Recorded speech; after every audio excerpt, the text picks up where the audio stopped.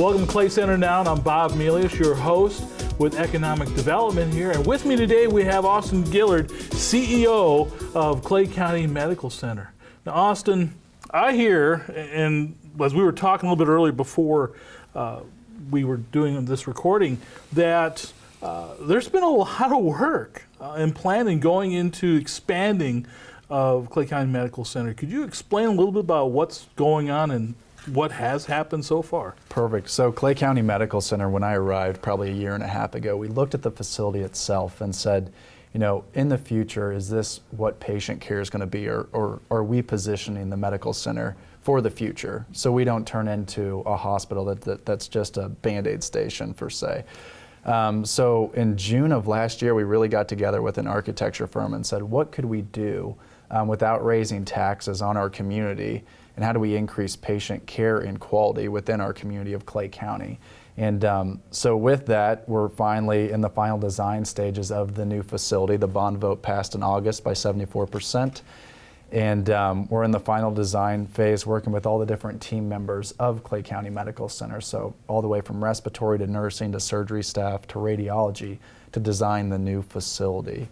So it's been a really exciting time for the community, and we break ground sometime in late February, early March. Oh, wow. Yep, so it's an exciting time. One of the big topics that most people have read in the paper is the Clay County Museum, and working with Jeff and the whole museum board and the county commissioners. That's been a really neat project to touch on. The museum has a long history. If anyone remembers, the museum was actually the old hospital.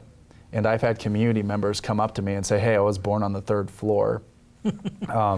But the museum process, we could save about $200,000 or $300,000 if that museum was actually removed from the site. And a lot of people are trying to figure out, well, how do you save that much money if a building, you know, if you tear down a building?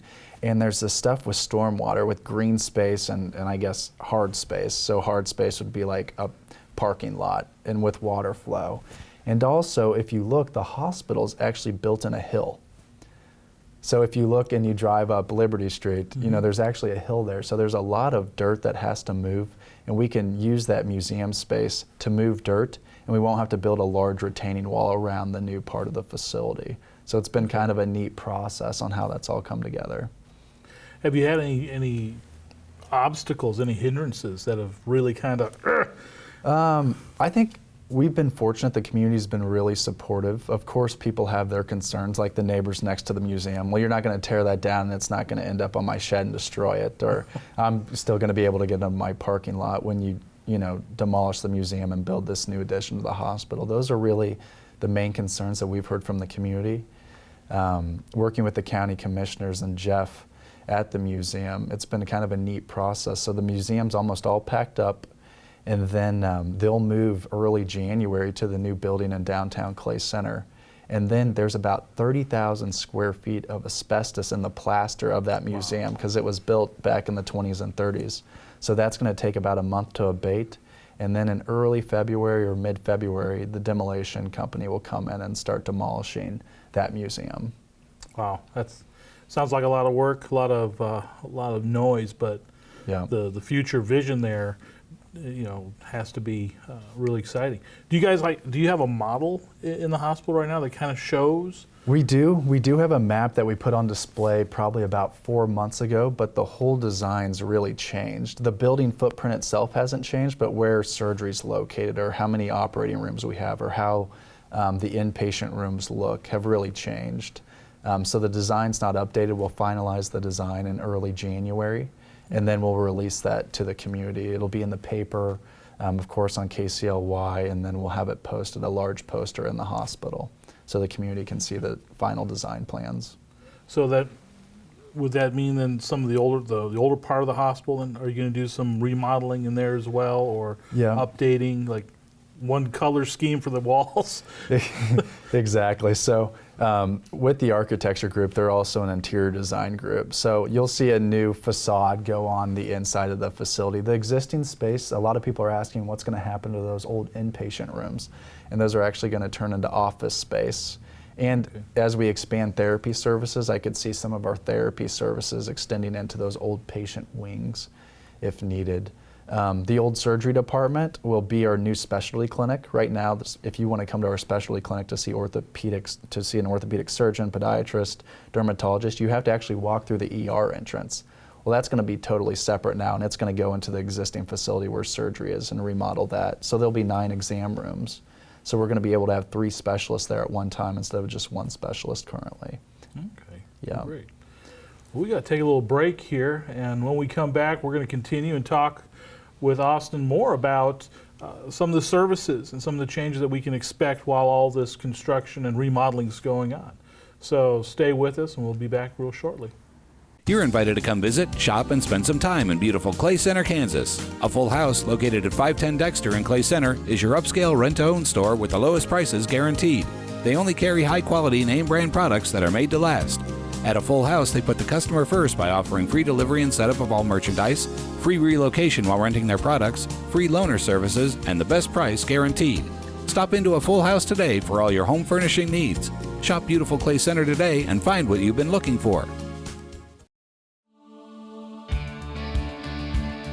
At Eagle Communications, we're proud to provide the communications services you need to get the most from today's technology. Our employee owners make it happen. We're part of your community, and we take pride in delivering excellent customer service. If you ever have a question, give us a call. We're here to help. Eagle Communications, our community connected. Welcome back to Clay Center now. Again, I'm Bob Mealy with Economic Development, and I have with me Austin Gillard, who's the CEO of Clay County Medical Center. And we've been talking about some of the changes, and Austin shared with us some of the remodeling that is going to be going on, the tearing down of the old museum, and how that space is going to be utilized. One question that I have is, how is all this construction going to impact services getting in and out of the hospital area? Okay, well, first and foremost, Clay County Medical Center will still continue all the services we currently have.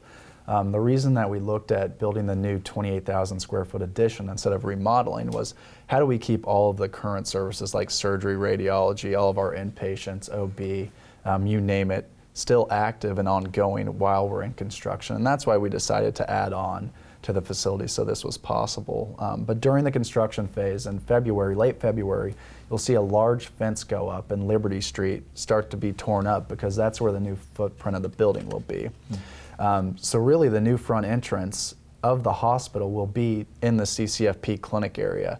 If you pull in front of the hospital, you'll see in front of the clinic, there's this large set of windows, and that'll actually be torn out and become the new front entrance of the facility on the temporary basis until that new addition's done.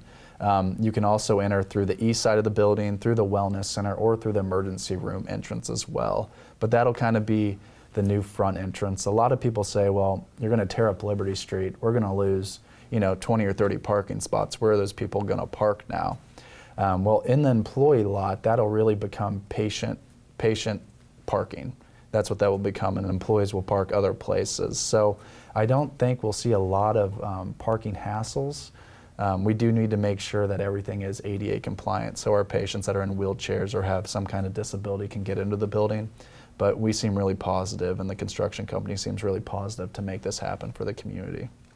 As we're tearing up Liberty Street, because there's a lot of other buildings that are being used on Liberty Street. You got the nursing home there, and I think the hospital also has a training center across the street along there. Are there going to, what kind of access to those buildings, or how will this construction affect access to those places? So Liberty Street won't be there anymore, and there'll be a large fence, so unless you have a good four-wheel drive truck, you probably won't be making it through Liberty. But I think you can turn a street before, which is Anthony, and then the street after the hospital as you try to enter the ER or the wellness center. That street will be open. There's also a back alley. We really don't want the community using the back alley if needed, because you've got neighbors back there with young kids, and they use that alley, to get in and out of their driveways. But I think the main goal would just be to use those streets before or after Liberty Street to get to Medical Lodge or the local dentist office or Country Place Assisted Living, to utilize those roads. And you're going to have these detours marked. Is that something that the hospital will initiate, or is that the construction company going to do that? Because I'm thinking, if you're not too familiar with Clay Center and you're coming in for emergency care, especially Right. at night, and you pull up and there's nothing but construction all around, Right. will these areas be clearly marked so that folks who aren't familiar be able to get to where they really need to go on a moment's notice, so to speak? Right. So you'll see signs really start to pop up, and working with the county and the city street departments, you'll see roads marked to say access this way for this. So you'll see a lot of signage go up, and it is kind of daunting sometimes, especially for patients when they pull up and they see this large crane hauling a steel beam above them. But just know that everything will be marked and very safe for all the patients, and especially the traffic if they're not familiar to get to Medical Lodge or Country Place or the local dentist office or pharmacy, that will all be marked for the community to see. Okay. And do you anticipate any of your services taking a break, maybe while some remodeling is going on in their departments at all, or are you anticipating just seamless transition through this whole process? Right. So we've been planning again since July on how this will really work and how do we keep the building fully operational. Because we are a hospital, it's 24 hours a day, 7 days a week, operational facility. And we don't see any services that it will be lacking. Now, when we move into the new addition, it'll be about a 3-week to 4-week transition period, but at the same time, we'll still keep everything operational and slowly move into the new addition. So services might slow down a little bit, but we'll continue to still provide every service that we offer now. And again, that's just through great planning, board support, and our just fabulous employees that are there with us and giving us input. You know, it's just not Austin or the executive team dictating down to everyone. It's, well, how does this work from a nursing standpoint? Let's get your input. How does this work from an ER standpoint or a clinic standpoint for the doctors? So it's been real positive to see everyone come together during this building project. Great. I think it's going to be pretty impressive as things pull together and people see work being done and yet services still continuing as if nothing's going on at all. Exactly. Well, we're going to take another break here, and we'll be back in just a few moments and wrap up with a few more questions for Austin. Around here, we believe in local values like hard work, family time, or a fair price on reliable internet from a local company. That's why Eagle Communications delivers great local values, like a range of internet options to fit your family's needs. Fast and consistent enough to power everyone's devices at once. All at reasonable prices we're proud to offer our friends and neighbors. Ready for better internet? Give us a call or visit eaglecom.net and discover our local values today. At Eagle Communications, we deliver what matters to your business. Our services are fast, reliable, secure, and competitively priced, giving you more value for your hard-earned business dollar. With Eagle Communications, you're not just another number, you're part of our business family. And we deliver peace of mind with local technicians who provide dedicated system monitoring and support. Connect to something better. Call Eagle Communications, and let's talk about what matters to your business. And we're back. I'm Bob Melius, and with me again is Austin Gillard, CEO of Clay County Medical Center. And we've been talking about the construction effort that's going to be going towards expansion of the hospital here to start in February, if I remember correctly. Yep, late February, early March. Groundbreaking in late February, early March. Talk a little bit, share with us a little bit more about fundraising. I know there's a bunch of fundraising going on towards this event. It's not like the hospital just had pocket change and said we're gonna put up an expanded area here. Can you share with us what's going on with the fundraising? Yep. So the fundraising has been a large key to Clay County Medical Center's success year after year. And we brought in a professional fundraising company, and with us that actually moved to the community with his wife is Bob Harvey. Our foundation director at the hospital is Marcia Newell, and they've just done a fabulous job. We brought in Solutions for Fundraising, who Bob works for, just to do an analysis. Is what can Clay County Medical Center expect from our community and surrounding communities and donations? And the only reason we did that, when we did the bond issue, we didn't include any fixtures, furniture, or equipment, what we call FF&E, in the new building, because that stuff depreciates in 3, 5, or 8 or 10 years. So we said, so we don't want to wrap in fixtures, furniture, and equipment in a 30-year bond issue that you're paying interest on when that equipment doesn't even exist 5 years later. So the foundation was really responsible for raising anywhere from $2 to $2.5 million. So we can put in new patient beds, new surgery equipment, all new monitoring equipment, a new call light system. I mean, you name it, we want to put new into the existing facility instead of our existing beds. There's nothing wrong with all the stuff we currently have, but it is, 10 to 15 years old and it's past its useful life in the healthcare world. So Bob and Marcia have been working with the local community, local businesses and local citizens of Clay County and the surrounding communities to do fundraising efforts. So far, year to date, I think they've really reached a decent milestone goal. I don't know the total amount yet. They kind of keep that secret from me at times because they say, hey, you focus on the operations and growth of the hospital and we'll take care of this. But it has been a large aspect of the hospital expansion project to get those donations in. Most recent donation was $100,000 from Union State Bank, wow, which has been a great supporter of mostly all projects in the Clay County and Clay Center communities. And that's a nice addition to the foundation's support in raising funds for the hospital project. Any particular fundraisers for, let's say, I don't want to say the common person, but the person off the street that just wants to contribute to this endeavor? Is there anything that they can do? Yeah, of course. I mean, if you want to contribute to the foundation, you just talk with Marcia or you just hop on our website and you can see a Pay My Bill, and there's also a foundation tab if you want to make a donation. Of course, that's all tax deductible. We are a 501c3 nonprofit, which is recognized by the IRS. So if you do make a donation, that is tax deductible. And it doesn't matter the size of the donation. If you feel like giving and giving's in your heart, please give to the cause. I think the hospital is on the right path of success, and I think you'll see your donation go further and further as you continue to utilize services within our facility. So every dollar counts. It doesn't matter if it's $5 or $100,000. Every dollar counts towards our goal and mission of Clay County Medical Center. Okay, great. Is there any other way that people can support this expansion?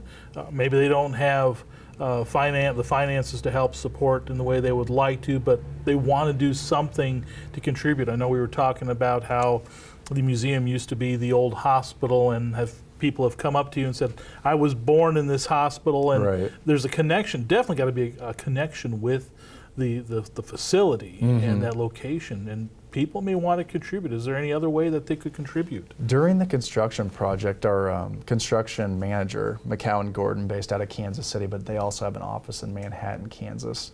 A lot of people have stepped up and say, hey, I can do that dirt work for you, and that'll be my donation to the facility, or hey, I can help with this, or when you move into the new addition, please call me and I'll help you move the patient beds into the new addition or move IT equipment. So there's always ways people can help. It doesn't always need to be a dollar gift, but if you've got a backhoe and a bulldozer and can move dirt, there's a way to help that way. If you're willing to donate your time in the next year or two to help move into the new addition and help us that way, there's ways to contribute that way as well. So. And if you have people who want to do something like that, how would they get in contact with the right person at the hospital? Again, just reach out to Marcia Newell or in the campaign office right here in Clay Center by Tasty Pastry, Bob Harvey's office, and he'll get your information and kind of interview you and see kind of what you're looking to do, and then he'll just shoot me an email or give me a call, him or Marcia, and then we'll put you in the right contact with the right people. All right, well, great. Well, that's all the time we have for this portion of Clay Center now. Thanks, Austin, for coming out here and sharing with us what's going on at the hospital. A lot of good stuff and a lot of exciting stuff. It's going to be great to see this thing go up. And we thank you for joining us and look forward to talking again. Have a good day. Thank you.